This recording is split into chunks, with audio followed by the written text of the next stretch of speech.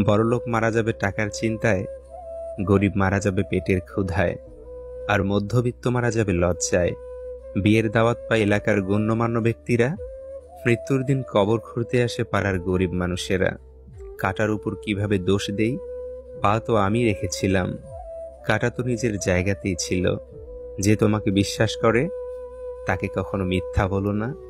পড়ে গিয়েছ, উঠে দাঁড়াও।